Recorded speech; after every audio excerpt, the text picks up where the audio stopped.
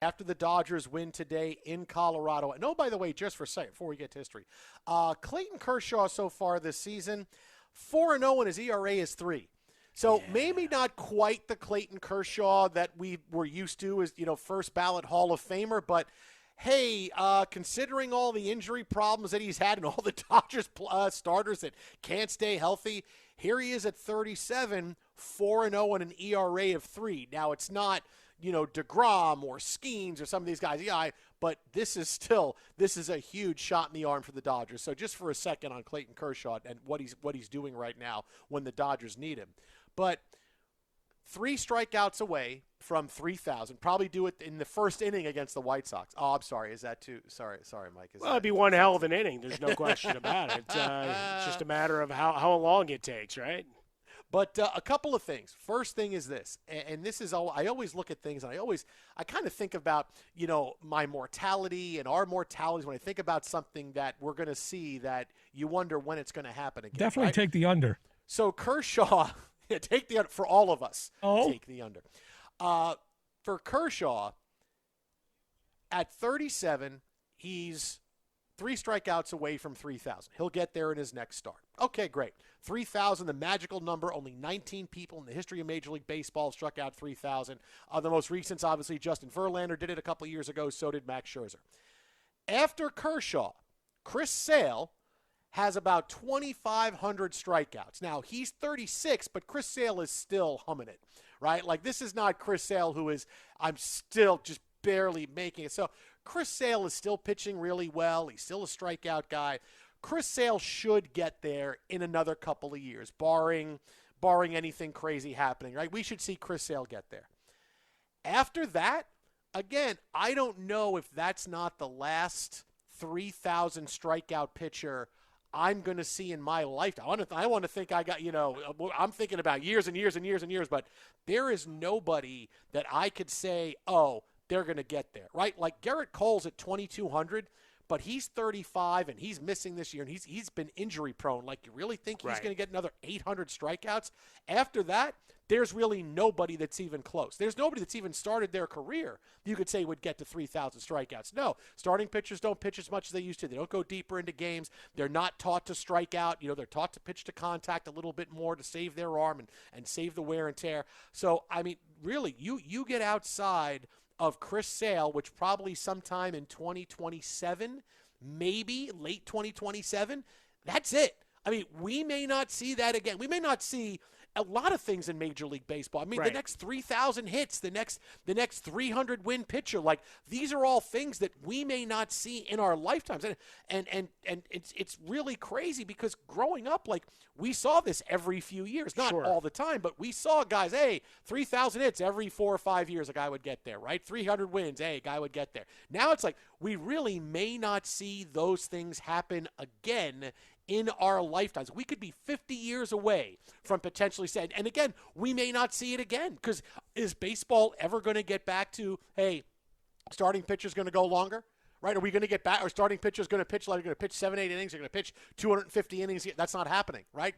Pitchers get to 175 innings. It's okay. Well, hey, it's 175 innings. We got to watch out for that. We got to go to a 6-man rotation. All of these things, like, these are days in sports that are gone and not coming back. So, like, when Kershaw getting to 3,000, I'm going to be damn sure I'm in front of the television to see that, because I want to think Chris Sale's going to get there. But I mean, if he doesn't, this could be the last time I get to see that happen.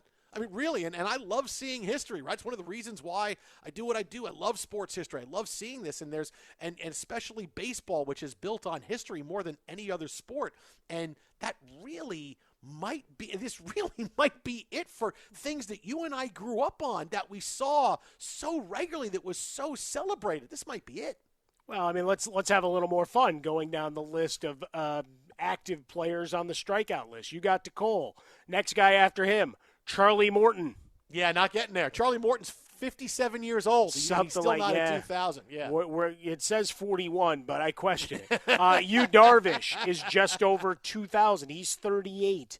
Then you got Gossman, Nola, Sonny Gray. These guys are all 1,200 or more later. I mean, Nola's only 32, but is he pitching another 8 years to get there? No. Patrick Corbin, Jose Quintana, your guy DeGrom. I mean, those are all the guys next. I mean, Zach Wheeler, he's 35. So that's not happening. You go to the wins, as you brought up, and because I wanted to bring Kershaw back in here, as dominant as he's been, he's at 215.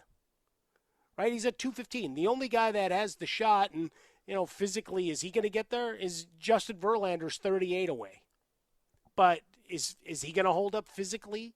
That's another 3 years. Yeah, no, that's not. Health. No, Justin Verlander's not getting there. That's right. Not, so he's at 262. He's the next, and then you go from if him. He was at 280. I would say maybe he's got an outside chance. Like maybe an outside at 280, but that's not happening. And then we get down to Scherzer at 216. Kershaw at 215, and it drifts from there. So all those metrics that we grew up, and milestones, and I think this is the larger point. Not only do we get robbed as baseball fans, as we don't get to see that, and maybe we have to appreciate what we had as kids when we'd have 3 guys reach the 3,000 hit mark or strikeout mark in a season and a half. And then all retire at the same time so they can go in as one of the greatest classes of all time. But now we're like, all right, we got to change the metrics. Does it become 2,500 hits? Does it become, 200 wins? We've been talking about the 200 win threshold in Major League Baseball, you and I, for going on a long time. And I think that gets highlighted here once again. The strikeouts as well. You can have guys with crazy-ass strikeout per 9 rates. I mean, we're watching Mizorowski with the Brewers.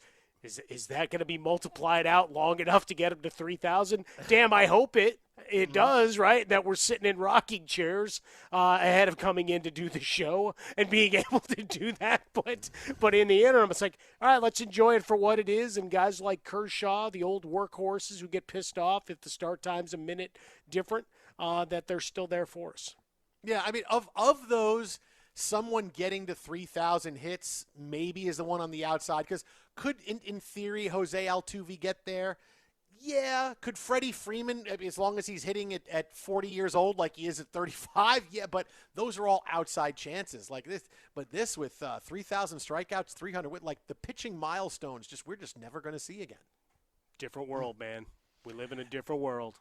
Exit, how about a Fresca? Exit Swollen Dome, the Jason Smith Show with my best friend Mike Harmon. Time out to find out what's trending in the wide world of sports with someone who's been called the Clayton Kershaw of Fox Sports Radio. Wow. Because if you don't go to him at the right time for an update, he gets really mad. It's man. Isaac Lowenthal. I knew it was too good to be true. I was like Charlie Brown, and then Lucy pulled the football away brilliantly. Well done. That was a good one. I got 3 more for you tonight, Ilo. Don't worry about it. I can't wait. Oh, good grief, as Charlie would say. Well, in reference to pulling the football away before a kick, we start in the NFL, and today the NFL suspended former Baltimore Ravens place kicker Justin Tucker for 10 weeks for violations of the NFL's personal conduct policy.